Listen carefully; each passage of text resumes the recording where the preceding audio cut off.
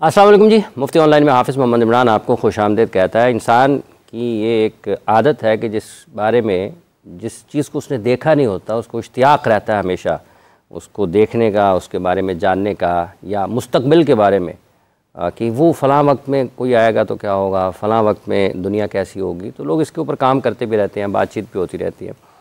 मज़हबी मामलात पर अगर बात करते हैं तो उस हवाले से भी बहुत सारी चीज़ें हैं जो वो ज़ेर बहस रहती हैं। आज भी अगर आप देखते हैं तो मुख्तलिफ़ प्लेटफॉर्म्स पर मुख्तलिफ़ मुबाहिसों में एक ज़िक्र रहता है कि दज्जाल ने कब आना है, नहीं है, कौन है, क्या है, कैसे होगा। आज इसी हवाले से हम गुफ्तगू करेंगे कि क्या क्या चीज़ें हैं, निशानियाँ क्या हैं, और यकीनी तौर पर अगर हम नबी करीम सल्लल्लाहु अलैहि वसल्लम की मुबारक सीरत का मुताला करते हैं, वहाँ से अहादीस हैं, वो अहादीस कौन सी हैं जो कि हमें इस हवाले से जहाँ से हमें रहनुमाई मिलती है। हमें उस वक्त जो लोग होंगे उनके लिए मुश्किलात क्या होंगी और किस किस्म की चीज़ें जो हैं वो वाक़यात उस वक्त क्या होंगे, हालात क्या हो सकते हैं। हमारे साथ मौजूद हैं जी इस्लामिक स्कॉलर हैं मोहम्मद अली साहब। अस्सलाम वालेकुम जी। वालेकुम सलाम। बहुत बहुत शुक्रिया आपका तशरीफ़ लाए, आपके वक्त का सबसे पहले।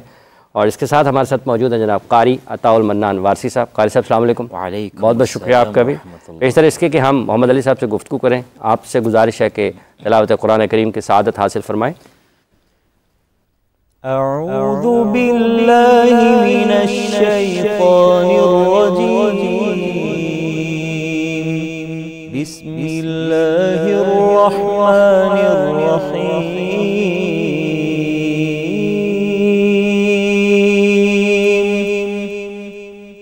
इज़ा अस्समाउ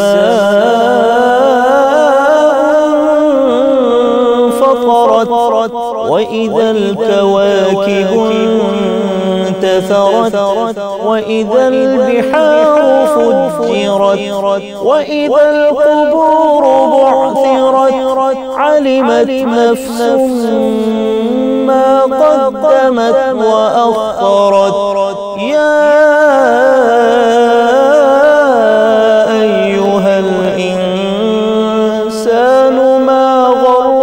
बिरब्बिकल करीम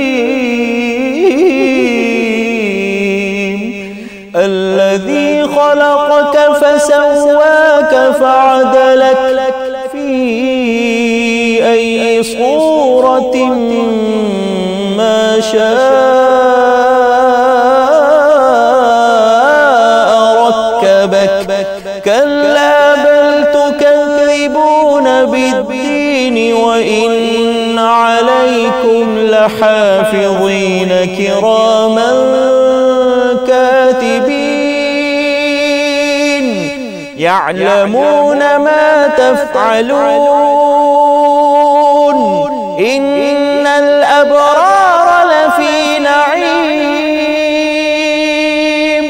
व इन्नल फुज्जार लफ़ी जहीम यस्लौनहा यौमद्दीन वमा हुम अन्हा बिग़ाइबीन।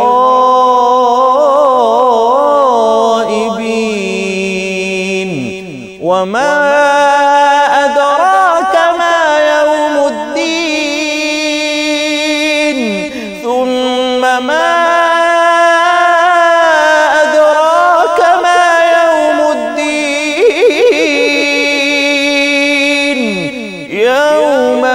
तमलिकु नफ्सुन लिनफ्सिन शैआ वल अम्रु यौमइज़िन लिल्लाह।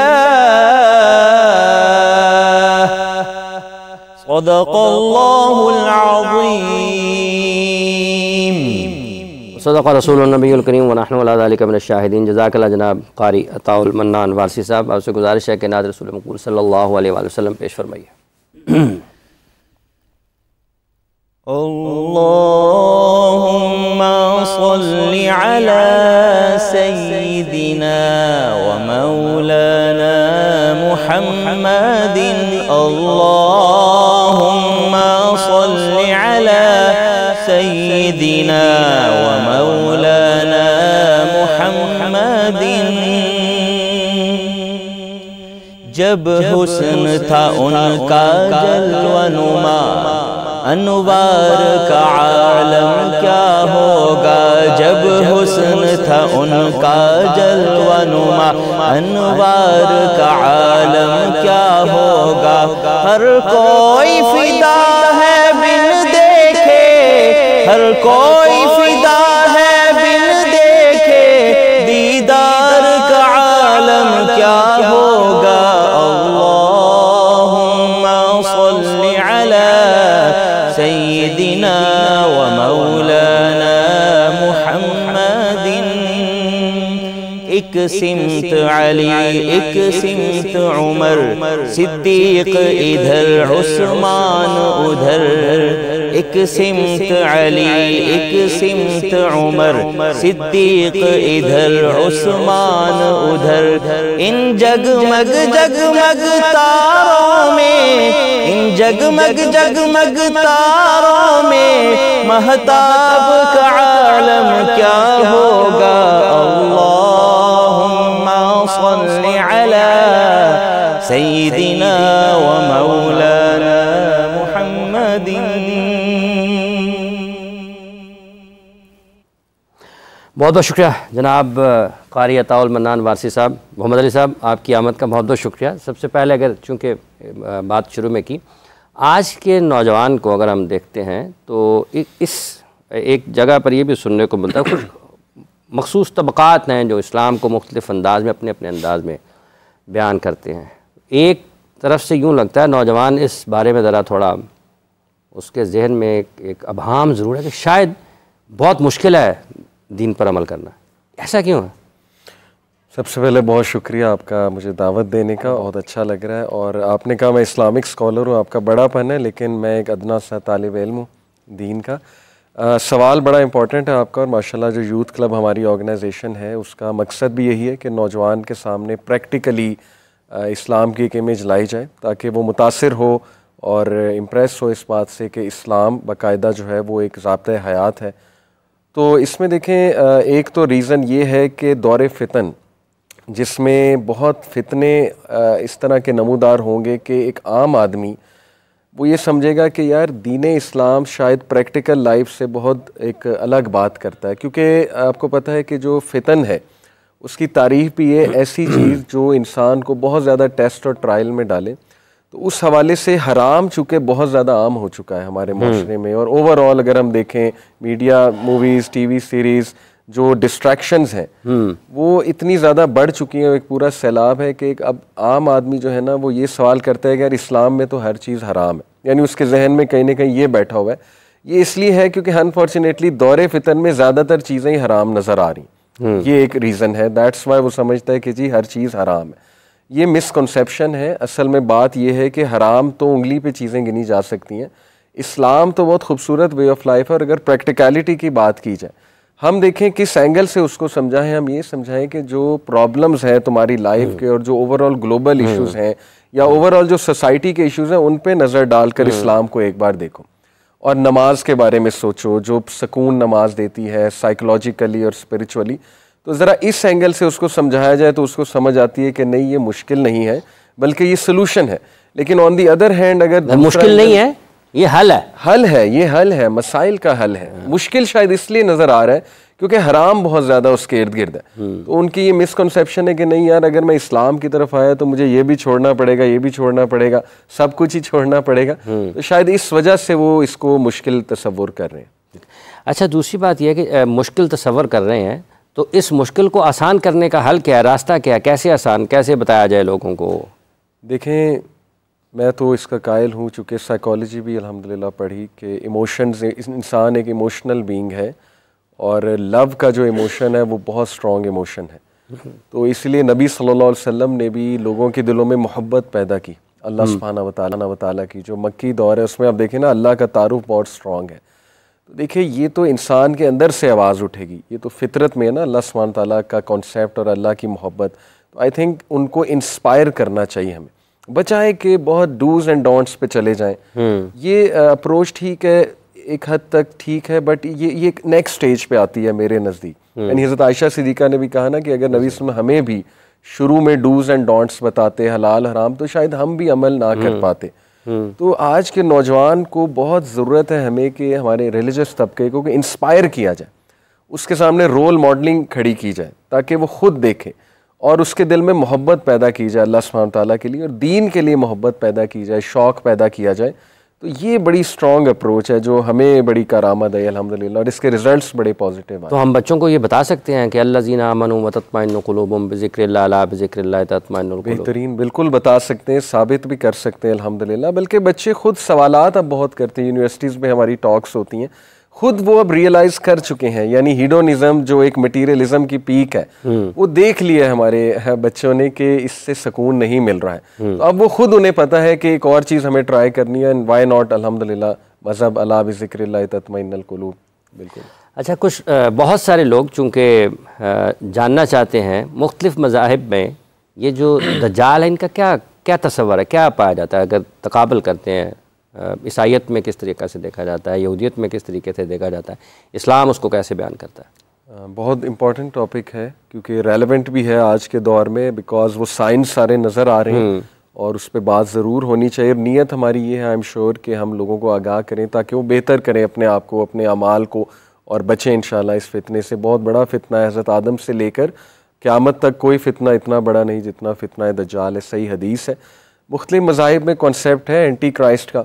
क्रिश्चियनिटी में एंटी क्राइस्ट का बहुत क्लियर कॉन्सेप्ट है। इवेंजलिक जो क्रिश्चियंस हैं इनफैक्ट वो तो बहुत ज़्यादा इसके बिलीवर हैं। 666 नंबर ऑफ द बीस्ट, ये बाकायदा उनमें बहुत मशहूर जो 666 का नंबर है।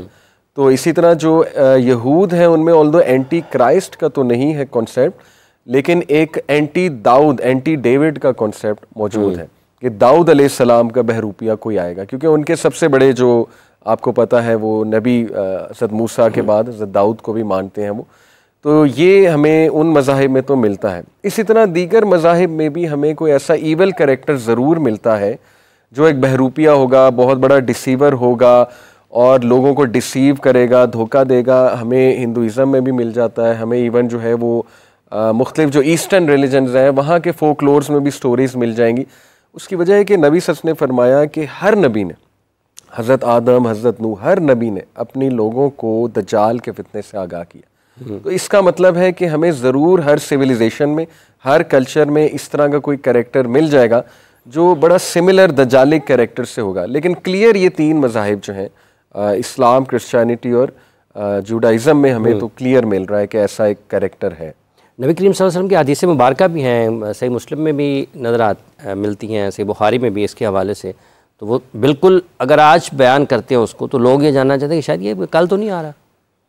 ऐसे ही है बिल्कुल। देखें, पहली बात यह है कि नबी सल्लल्लाहु अलैहि वसल्लम ने उसके बारे में वार्न इस तरह से किया कि सहाबा डर जाते थे और नबी वसल्लम का चेहरा लाल हो जाता था बताते हुए, बिकॉज ये बहुत सीरियस टॉपिक है। और सहाबा कहते थे हमें लग रहा है कि अभी आ जाएगा, यानी बिल्कुल पीछे से जो है वो आ जाएगा दज्जाल। देखिए, कुछ साइंस हैं जिससे ये लग रहा है कि हम प्री दज्जालिक टाइम्स, क्योंकि देखिए इसमें तो कोई दूसरी राय नहीं ना कि हम सबसे करीब हैं उसके टाइम। हम करीब हैं, हम करीब, ऑब्वियस सी बात है ना। नबी सल्लल्लाहु अलैहि वसल्लम जब तशरीफ़ लाए तो जाहिर है कि वो one of the main signs of the hour था नबी सल्लल्लाहु अलैहि वसल्लम का आना। अब उनके बाद का जितना दौर है वो फिर करीब से करीब होते जा रहे हैं ना उस दौर के फितना दज्जाल के, और जो मेजर साइंस आने वाले हैं, माइनर साइंस तो इस हद तक पूरे हो चुके हैं कि मतलब अब कोई छोटे निशान पूरे हो चुके हैं। छोटी निशानियां तो अनडिनाइबल है। यानी देखें, मक्का मदीना ग्रीनरी की तरफ रिटर्न हो जाएगा, मैं और आप आंखों से देख रहे हैं। बद्दू जो है बड़ी बड़ी इमारतें बनाएंगे, मैं और आप आंखों से देख रहे हैं। झूठ आम हो जाएगा, मिस इन्फॉर्मेशन आम हो जाएगी। अब जो दज्जाल के प्री दज्जाले कुछ साइंस हैं वो है कि years and years of deception होगी, धोखा धोखा धोखा। और आपको पता है कि ये जैसे जैसे एआई का दौर आ रहा है, फिर आजकल वीडियोस एआई की बन रही हैं, तो ये डिसेप्शन की तरफ इंसानियत बढ़ती जा रही है। डीप फेक वीडियोस, ये भी वही डिसेप्शन वाला मामला ही है। एनीथिंग जो मिस इन्फॉर्मेशन फैलाए, इंसान को डिसीव करे, वो फिर उसी कैटेगरी में आएगी ना, दज्जालियत की कैटेगरी में आएगी। नॉट नेसेसरीली वो दज्जाल है, लेकिन वो दज्जालियत की कैटेगरी में डालेंगे ना हम, क्योंकि वो डिसेप्शन है, बहुत बड़ी डिसेप्शन है। तो years and years of deception का जिक्र आता है। 3 साल एक ग्लोबल फैमिन का जिक्र आता है दज्जाल के आने से पहले। फिर बिल्कुल जनरल इग्नोरेंस प्रिवेल कर रही होगी, इसका जिक्र आता है। सी ऑफ गैलीली का जिक्र आता है कि उसका लेवल बहुत लो हो जाएगा। इसी तरह जो है वो ये जो शाम का इलाका है इसमें टर्मोइल का जिक्र आता है कि इसमें काफ़ी ब्लड शेड होगा, वॉर्स होंगी। फिर इमाम मेहदी का जिक्र आता है। फिर जेरूसलम में आबादी आता है, मुस्नद अहमद की हदीस है, सही हदीस है। जेरूसलम की आबादी मदीना की वीरानगी है और मदीना की वीरानगी जंगों का आगाज़ है। और जंगों के आगाज़ में कुस्तुनतुनिया जो है वो ज़ाहिर है दोबारा फ़तह होगा, हमारे हाथ से चला जाएगा, कुस्तुनतुनिया चला जाएगा, फिर दोबारा फ़तह होगा और फिर दज्जाल का ज़हूर है। ये मुस्नद अहमद की हदीस है। तो ये जो चेन ऑफ इवेंट्स हैं वो बड़े क्लियर अब हमें नज़र आ रहे हैं। जेरूसलम की आबादी से मुराद है जूइश सेटलमेंट दोबारा से जेरूसलम, तो वो हमारे सामने देखें। ये जो मशरिक़ वस्ता में हो रहा है ये भी उसी तरफ जाने वाली चीज़ें आपको लगता है? जी बिल्कुल, जो शाम का इलाका है ज़ाहिर है वो उसमें फ़लस्तीन भी आता है, उसमें जो सीरिया है वो भी आता है। तो सीरिया में कितने अरसे से टर्मोइल चल रहा है और फ़लस्तीन में आपके सामने है, गज़ा में और जेरूसलम में भी इवन। तो कहत की भी निशानियाँ हैं? बिल्कुल है। 3 इलाकों का जिक्र है, यमन का, इराक का और शाम का, कि जब वहाँ पे कहत साली देखो और वहाँ पे सैंक्शंस लगते देखो। सही मुस्लिम की हदीस है। तो पूछा गया सैंक्शंस कौन लगाएंगे, तो नबी ने फरमाया रूमी। और सैंक्शंस ये है कि खाना ले जाने नहीं दिया जाएगा या वहाँ से कोई चीज़ बाहर नहीं आने दी जाएगी। तो ये 3 इलाके हिस्ट्री गवाह आपके सामने है। ये जो हमारा हुआ था 9/11, उसके बाद शाम और इराक और यमन, ये तीनों टर्मोइल में है। तो ये बड़े क्लियर साइंस हैं इसके। ये भी सारी उसी तरीके से निशानियाँ, ये प्री दज्जालिक बिल्कुल साइंस हैं उसके आने से। अच्छा, ये इसके आने की बाद इसकी ताकत क्या है, किस तरीके से ये, अगर जैसे अभी आपने बताया कि गलत मालूमात हैं, लोग एक दूसरे को धोखा दे रहे हैं, हराम का शुरू में आपने जिक्र किया कि बहुत ज़्यादा है, किस तरीके से ये लोगों को बहकाने वाला मामला क्या है? देखें, बड़ा इंटरेस्टिंग टॉपिक है और मैं तो अगर मॉडर्न टेक्नोलॉजी की तरफ देखूं, इसको मैं ऐसे देखता हूं कि जैसे जैसे इंसान फितरी लाइफस्टाइल से दूर जाएगा और बहुत ज़्यादा ओवर डिपेंडेंट हो जाएगा उस सिविलाइजेशन पे या उन चीज़ों पे या एक मटीरियलिस्टिक वर्ल्ड पे, तो मेरा ख्याल वो ज़्यादा से ज़्यादा प्रोन होता जाएगा दज्जाल के फितने के लिए। बिकॉज दज्जाल के हाथ में जन्नत दोज़ख दोनों होंगी, वो प्रेजेंट करेगा। उसके हाथ में बाकायदा रिस्क इस लेवल का, यानी कि वो आपको कहेगा कि फैमिन है तो मैं देता हूँ तुम्हें, मेरे से लो। इसी तरह उसके पास बहुत ही मार्वल्स होंगे, यानी फेक मिरेकल्स कह लें या मार्वल्स या करतब कह लें, कि वो मुर्दों को ज़िंदा करके भी दिखा देगा। इसी तरह एक शख्स को काटेगा बीच में से, दोबारा ज़िंदा करके खड़ा कर देगा। मौसम का कंट्रोल का आता है कि यानी वेदर को कंट्रोल करना। तो ये देखें, if we look at the world around us, तो ये चीज़ें इस तरफ जा रही है, साइंस भी जा रही है इस तरफ। और डेफिनेटली आगे कोई ऐसी टेक्नोलॉजीज आ सकती हैं, जैसे अगर हम थोड़ी सी तवज्जो करें, मेटावर्स है, फिर ये एप्पल विजन है, आप देखें वर्चुअल रियलिटी है। अब तो मौत को डिफाई करने की बातें हो रही हैं कि मौत तो एग्जिस्ट ही नहीं करती, हम जो है वो एक चिप बनाएंगे, उसमें सारी तुम्हारी कॉन्शियसनेस मेमोरीज डाल लेंगे। इवन बंदा फौत भी हो जाएगा तो एक प्रोग्राम में वो चिप डाली जाएगी, वो बंदा रिक्रिएट हो जाएगा, एज अ कंप्यूटर प्रोग्राम सामने आ जाएगा। तो देखिए, ये सारी बातें इस तरफ हमारी तवज्जो दिला रही हैं कि वो दौर आ रहा है, डिसेप्शन का दौर, जब बंदा मजहब से बहुत दूर हो जाएगा, डिसीव हो जाएगा, क्वेश्चन करने लगेगा फेथ को। क्योंकि दज्जाल मुख्तलिफ ट्रायल्स लेगा ना, ट्रायल ऑफ वेल्थ है, ट्रायल ऑफ अथॉरिटी है, ट्रायल ऑफ रिलीजन है, लोगों के अकायद को डिस्टर्ब करेगा, डिस्टॉर्ट करेगा। तो उस टाइम पे बड़ा मुश्किल हो जाएगा डिसेप्शन को रिकग्नाइज करना। लोग डिसीव हो रहे होंगे, मैसिव लेवल पे डिसीव हो रहे होंगे, गलत लाइफस्टाइल गुजार रहे होंगे, उन्हें पता भी नहीं लग रहा होगा कि हम गलत साइड पे जा रहे हैं, आखरत से दूर होते जाएंगे, आखरत के कॉन्सेप्ट से। तो ये बहुत मैसिव फितना है, मैसिव फितना है, और इससे ईमान वाला ही जो है ना वो बचेगा। अच्छा, उलमा ये भी लिखते हैं कि छोटे छोटे दज्जाल भी हैं, ये छोटे छोटे दज्जाल क्या हैं? जी, 30 दज्जाल जो छोटे हैं उनका जिक्र आता है हदीस में कि वो धोखा देने वाले हैं, वो झूठे नबी हो सकते हैं, वो कोई मैजिशियन हो सकता है, कोई और डिसीवर हो सकता है, मे बी कोई बहुत बड़ा साइंटिस्ट हो सकता है जो लोगों को डिसीव कर रहा है एट अ मैसिव लेवल, दे कुछ रहा है, बना कुछ रहा है, लेकिन वो असल में है कुछ और चीज़। ये भी दज्जालियत है। अच्छा, ये टेक्नोलॉजी भी फिर उसी ज़ुमरे में आ जाएगी जब अगर हम थोड़ा सा और दिलचस्पी लेकर इसको तहकीक के मामले में जाए, तो आपको लगता है कि कहीं ना कहीं फिर ये भी उसी थोड़ा सा आगे बढ़ेगी? तो ये भी देखिए, पहली बात, हम एंटी टेक्नोलॉजिस्ट तो है नहीं, कि हम भी यहाँ बैठ के टेक्नोलॉजी हम भी इस्तेमाल करते हैं, लेकिन टेक्नोलॉजी को उस नज़र से मैं ज़रूर देखता हूँ। और ये मेरी बातें नहीं है, ये तो इवन जो AI के एक्सपर्ट्स हैं, जो टेक्नोलॉजी बनाने वाले हैं, वो भी इस नज़र से ही देखते हैं कि इसके हार्म्स बहुत ज़्यादा हैं। यानी जो सोशल मीडिया है, फिर स्मार्टफोन है, इसने जो हमारी रीवायरिंग कर दी है हमारी ब्रेन की, हमारी पर्सनालिटीज़ में बहुत चेंजेस आ गई हैं। मिसाल के तौर पे इंस्टेंट ग्रेटिफिकेशन के हम आदी हो गए हैं, प्रोसेस की अब हमें आदत नहीं रही, क्लिक्स की आदत रही है और बड़ा मुश्किल है इन चीज़ों से जान छुड़ाना। लोग रात को सो नहीं पा रहे, लेकिन यानी पीपल आर ट्रैप्ड, बहुत ज़्यादा ट्रैप्ड हैं लोग ना। उनको ऐसी ऐसी एडिक्शंस लग चुकी हैं जो अल्लाह माफ़ करे मैं मेंशन भी नहीं कर सकता। तो ये सारी चीज़ें वो उस फितने का एक आप कह लें शक्ल है कि उस टाइम पे बड़ा मुश्किल हो जाएगा रेजिस्ट करना, डिज़ायर्स को रेजिस्ट करना, एक प्रोडक्टिव लाइफ गुजार पाना या एक पर्पसफुल लाइफ, मीनिंगफुल लाइफ गुजार पाना, क्योंकि पीपल विल बी लॉस्ट। यानी लोग इतना लॉस्ट हो चुके होंगे, जैसे वो एक आलिम ने बड़ी अच्छी मिसाल दी थी ना कि जैसे सिगरेट है, सिगरेट की अगर किसी को एडिक्शन हो जाए तो चाहे सिगरेट के डब्बे पे लिखा हो कि तंबाकू नोशी सेहत के लिए मुज़र है, या आप कैंसर की तस्वीरें भी दिखा दें उसे, उसका सिगरेट नहीं छूटने वाला। तो ये जो उसकी तहजीब होगी वो इतनी एडिक्टिव होगी और हम इतना ज़्यादा बेबस हो जाएंगे, अल्लाह माफ़ करे, अगर उस फितने में ट्रैप हो गए कि फिर निकलना बहुत मुश्किल हो जाएगा। तो ये इम्पैक्ट है। इसकी कोई हदूद भी होंगी कि एक मुल्क से दूसरे मुल्क में नहीं जा सकता, मखसूस इलाके में रहेगा या फिर घूमे फिरेगा हर तरफ? वो पूरी दुनिया में जाएगा, बट सिवाय मक्का मदीना के, वहाँ पे जाएगा तो फरिश्ते पहरा दे रहे होंगे और वो एंटर नहीं हो पाएगा। फिर वो अपना पाँव मारेगा। मदीना के बारे में आता है ज़लज़ला आएगा एक, और जितने मुनाफिकीन हैं मदीना में वो निकल के उसको ज्वाइन कर लेंगे, और औरतों का भी तस्करा आता है, वो काफ़ी तादाद में उसके पीछे जाएंगी। एक शख्स रोकेगा अपनी माँ बहन को, जंजीरों से बांधेगा, ना जाए, लेकिन still she will go out. ये हदीस के अल्फाज हैं।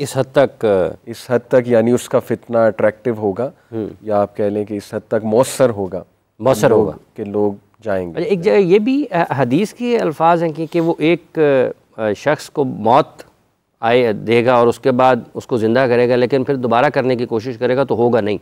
जी, वो एक मोमिन होगा जो उसका मुकाबला करेगा, अल्लाह की तरफ से उसको तकवीयत मिल जाएगी उस मोमिन को, तो वो डरेगा नहीं उससे। तो दज्जाल उसको मार देगा, फिर दोबारा ज़िंदा कर देगा, तो वो कहेगा कि अब तो मुझे यकीन है तू दज्जाल है। यानी बजाय कि वो मान जाए कि ठीक है तू खुदा है, वो आगे से कहेगा कि अब तो मुझे यकीन हो गया तू दज्जाल है। तो इस जुमले से अल्लाह ताला उसको ईमानी कुव्वत देगा और फिर दज्जाल दोबारा उसको नहीं मार सकेगा। कुछ इलाका मखसूस नज़र आता है कि जहाँ पर इसने आना है? जी, तो क्लियर मेंशन है हदीस में, अस्फहान का इलाका है, मॉडर्न ईरान के इर्द गिर्द का इलाका है, जहाँ से 70,000 ज्यूज़ भी उसे फॉलो करेंगे। तो ये क्लियर हदीस है अस्फहान के बारे में। वहाँ उसका ज़हूर होगा और वो जाएगा मस्जिद अक्सा की तरफ। मस्जिद अक्सा में हज़रत इमाम मेहदी मौजूद होंगे और अपनी फ़ौज के साथ, तो वो वहाँ जाएगा उनका मुकाबला करने के लिए। यानी इससे ये हिंट मिलता है और खुशखबरी भी कि जेरूसलम मुसलमानों के हाथों में आ चुका होगा। Greater Israel will be destroyed, मतलब ये काफ़ी स्कॉलर्स कहते हैं दज्जाल के आने से पहले ग्रेटर इज़राइल गिर चुका होगा, इमाम मेहदी आ चुके होंगे, वो मस्जिद अक्सा में होंगे। पैरेलल है इमाम मेहदी और दज्जाल, क्योंकि वो बहुत गुस्से होगा इमाम मेहदी का सुन के और बाहर निकल आएगा और फिर वो अस्फहान के इलाके से मस्जिद अक्सा की तरफ जाएगा। जंग होगी कोई? बिल्कुल जंग होगी, लेकिन उसको कत्ल तो हज़रत ईसा ही कर पाएंगे। हज़रत ईसा का नज़ूल भी फिर उसी के पैरेलल मिलता है, क्योंकि अल्लाह ने तकदीर में लिखा हुआ है कि उसी ने कत्ल करना है। जंगें उससे पहले हैं बेसिकली। दज्जाल से पहले बहुत जंगें हैं। 6 years ऑफ वॉर का जिक्र आता है सही मुस्लिम की हदीस।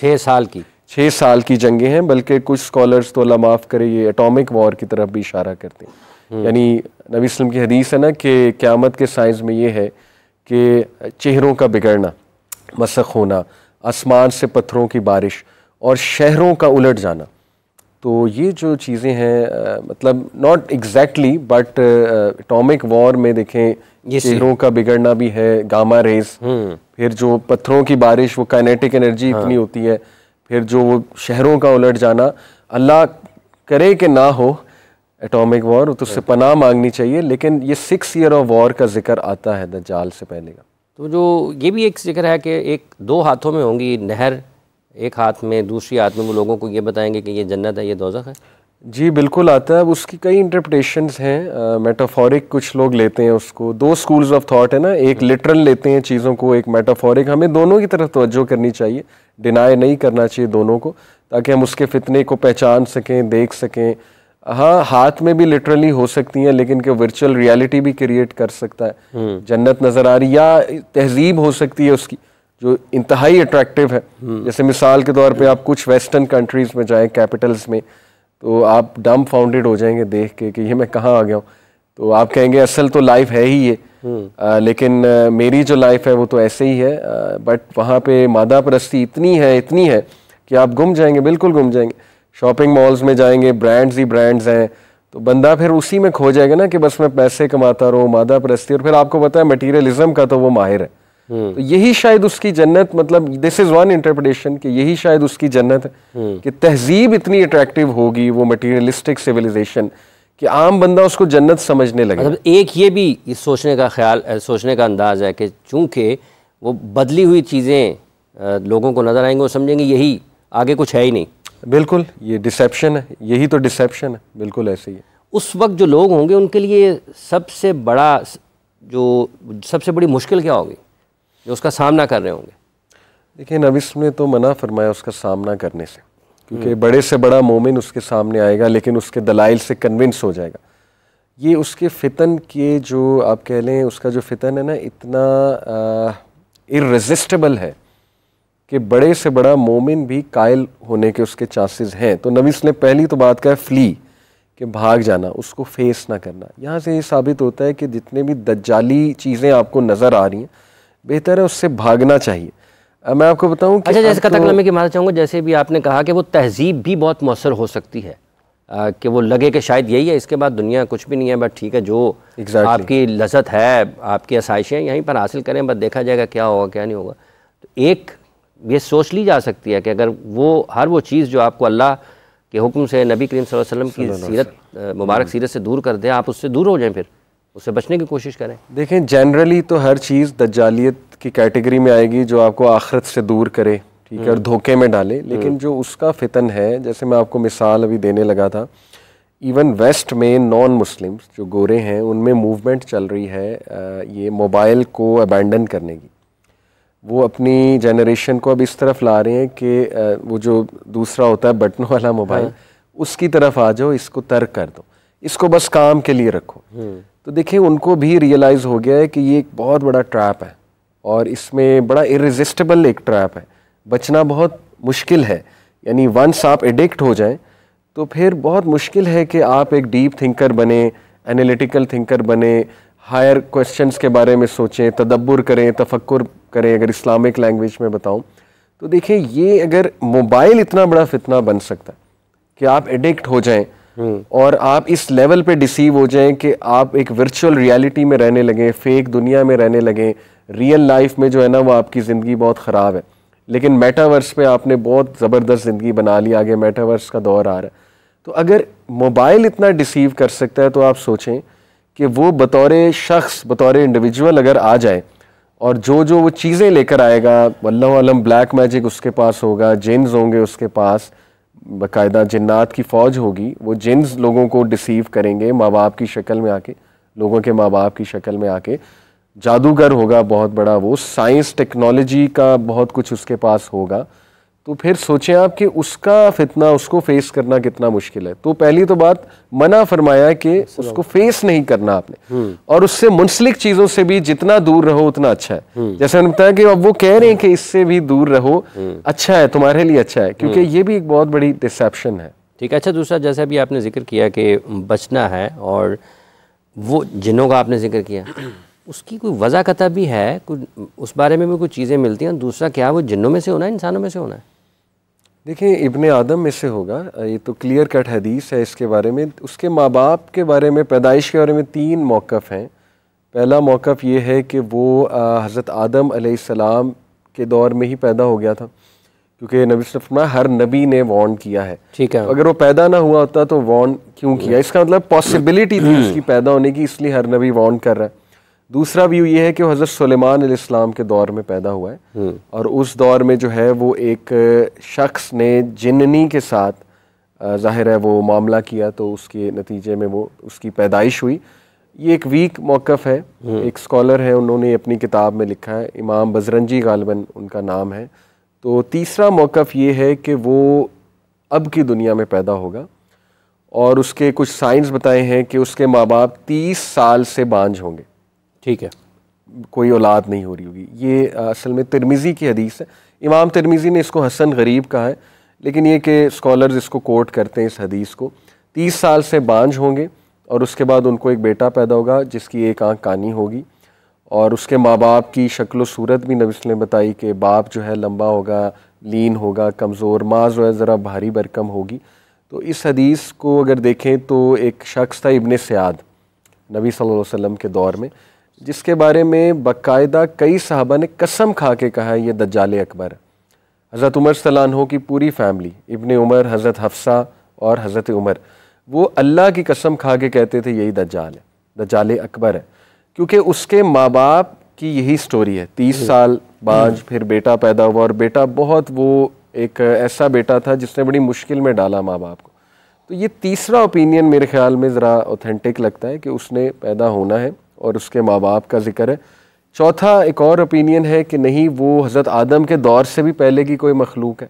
अच्छा। और वो शुरू से कैद है, एक जजीरे में कैद है, जैसे तमीम अद्दारी की हदीस आती है, सही मुस्लिम की हदीस है, फातिमा बिनते कैस रज़ियल्लाहु अन्हा से मरवी, कि वो तमीम अद्दारी को अल्लाह ने विज़न दिखाया एक जजीरे की तरफ, वो गुम गए, समंदर में तूफ़ान आया, तो अल्लाह ताला ने दिखा दिया उन्हें एक, यानी अगर हम साइंटिफिक लैंग्वेज में बात करें, मे बी टाइम वॉर्प, एक वो अक्सर लोग पोर्टल की भी बात करते हैं, वॉर्म होल में वो गुम हुए और टाइम वॉर्प हुआ और वो एक ऐसे जोन में चले गए जो टाइमलेस जोन है, और वहाँ पे दज्जाल दिखाया गया जो कैद है, और वो आ जाएगा, एकदम से छूटेगा और आ जाएगा।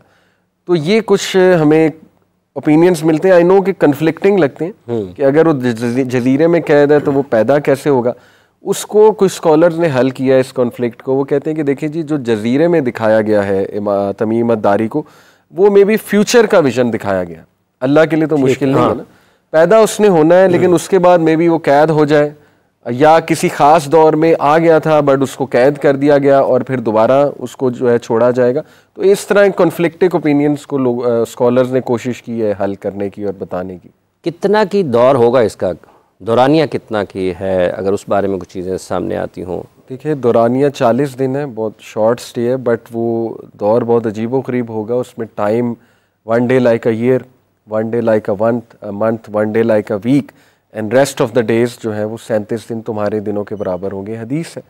अब एक स्कॉलर हैं इमरान हुसैन, शेख इमरान हुसैन, ऑल्दो मैं उनके सारे ओपिनियन से एग्री नहीं करता, लेकिन उनका एक इंटरेस्टिंग ओपिनियन इस पर है। वो इसको हदीस को मेटाफोरिकली देखते हैं, लिटरल नहीं लेते, तावील करते हैं। वो कहते हैं कि जैसे मैं समझता हूँ कि दज्जाल डिफरेंट एम्पायर्स से रूल करेगा इससे पहले कि वो बतौर शख्स खुद आ जाए, और वो इसकी तावील ऐसे करते हैं कि 1 डे लाइक अ ईयर जो है वो ब्रिटिश एम्पायर, यानी ब्रिटिश एम्पायर के थ्रू हुकूमत की उसने।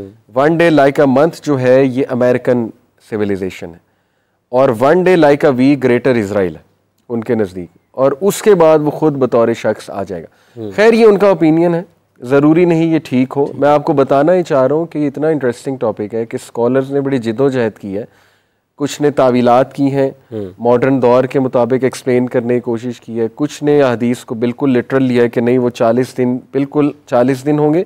1 डे लाइक अ ईयर से मुराद है कि वो दिन बहुत लंबा हो जाएगा और अल्लाह इस पर कादिर है। तो ये डिफरेंट ओपिनियंस मिलते हैं हमें इसके। खात्मा कैसे होगा? हज़रत इमाम मेहदी, हज़रत ईसा अलैहिस्सलाम, ये एक ही वक्त में सारी चीज़ें मिलती हैं? जी, इमाम मेहदी की फ़ौज जो है वो वेट कर रही होगी हज़रत ईसा अलैहिस्सलाम का, और हज़रत ईसा का फिर नुज़ूल होगा, क्योंकि दज्जाल जब आएगा तो फिर कुछ वॉर्स मेरे ख्याल बीच में भी होंगी, और फिर इमाम मेहदी दुआ भी करेंगे हज़रत ईसा अलैहिस्सलाम की, फिर हज़रत ईसा का नुज़ूल होगा, और उसके बाद हज़रत ईसा जो है वो उसको मारेंगे। लुद एक जगह इज़राइल में हदीस में आता है, अभी भी है, जहाँ पे एयरपोर्ट है, करंटली एयरपोर्ट है, वहाँ से वो भाग रहा होगा, हज़रत ईसा अपने नेज़े से उसे जो है वो मारेंगे, ये हदीस में आता है। और हज़रत ईसा को जब वो देखेगा तो वो इस तरह भागेगा जिस तरह से सॉल्ट डिज़ोल्व्स इन वाटर, ये हदीस के दी, पिघलने वाला। हाँ बिल्कुल, पिघलने वाला जो मामला है, तो वो डर जाएगा क्योंकि उसे पता है कि मेरी फेट अब ख़त्म हो गई, तो हज़रत ईसा आ चुके हैं। तो ये हदीस में हमें मिलता है। हज़रत ईसा अलैहिस्सलाम के क़यामत पर ही उसका ख़ात्मा है। बिल्कुल जी, ऐसे ही है। और आप देखें कि ये हर इवन जो मूवीज़ हैं उनमें आप ये थीम देखेंगे कि एक विलन है इस तरह का, वन आइड, और वो बहुत ईवल है और वो हुकूमत करना चाह रहा है पूरी दुनिया पे, और फिर आप एक ऐसा कैरेक्टर देखेंगे हज़रत ईसा टाइप कैरेक्टर मूवीज़ में जो आया और उसने आकर उसका मुकाबला किया। लॉर्ड ऑफ द रिंग्स की मिसाल दी जाती है अक्सर, यानी वो बड़ा सिमिलर लगता है। देखिए इससे साबित ये होता है कि अगर हर तहजीब में ऐसा कोई कॉन्सेप्ट मिल रहा है तो वाकई हर नबी ने वॉर्न किया हुआ है उसके बारे में, तभी तो मिल रहा है, किताबों में मिल रहा है, पुरानी तहजीब में ऐसी कहानियाँ मिल रही हैं जो उससे मिलती जुलती हैं, जो हदीस से मिलती जुलती हैं, तो वाकई ही उसने आना है। ये एक हकीकत है, इनकार नहीं किया जा सकता। चलिए बहुत बहुत शुक्रिया आपका मोहम्मद अली साहब, आप तशरीफ़ लाए। एक हकीकत है, इससे इनकार नहीं किया जा सकता। हम दुआ करते हैं कि अल्लाह ताला हमें उस फितने से और उसके जितने भी उलमा ने, फ़क़हा ने जो छोटे छोटे दज्जालों किया, अल्लाह ताला हम सब को उससे महफूज फरमाए और किसी भी मुश्किल वक्त में अल्लाह हमें सिरात मुस्तकीम पर कायम फरमाए। आपकी आमद का बहुत बहुत शुक्रिया, और जितने भी लोग हमें देख रहे हैं इस वक्त, आप सब लोगों का भी बहुत बहुत शुक्रिया। यकीनी तौर पर आपके जहन में कुछ ख़यालात होंगे, कुछ सवालात होंगे, और इस हवाले से जो सवालात आपके जहन में थे, कोशिश की गई है कि आज के इस प्रोग्राम में उनमें कुछ वजाहत दी जाए और उनमें कुछ हक़ाइक़ आपके सामने रखे जाएँ, और जो मुश्किलात पेश आ सकती हैं और जिन मुश्किलात का इस वक्त हमें सामना है, उससे बचने के लिए हम अल्लाह ताला के हुजूर सजदा रेज़ हों, और वहीं से हमें हिदायत है, वहीं से हमें हमारी बख्शिश है, वहीं से हमारी मग़फ़िरत है, और नबी करीम सल्लल्लाहु अलैहि वसल्लम की मुबारक सीरत पर अमल करने के बाद ही हम उन तमाम जो फितने हैं उनसे बच सकते हैं। अल्लाह ताला हमें अपनी रहमत में रखे और नबी करीम सल्लल्लाहु अलैहि वसल्लम के सुन्नतों पर अमल करने की तौफ़ीक़ अता फ़रमाए। हाफ़िज़ मोहम्मद इमरान मुफ्ती ऑनलाइन की पूरी प्रोडक्शन टीम के साथ आपसे इजाज़त चाहता, अपना बहुत सा ख्याल रखें। अल्लाह ने के बाद।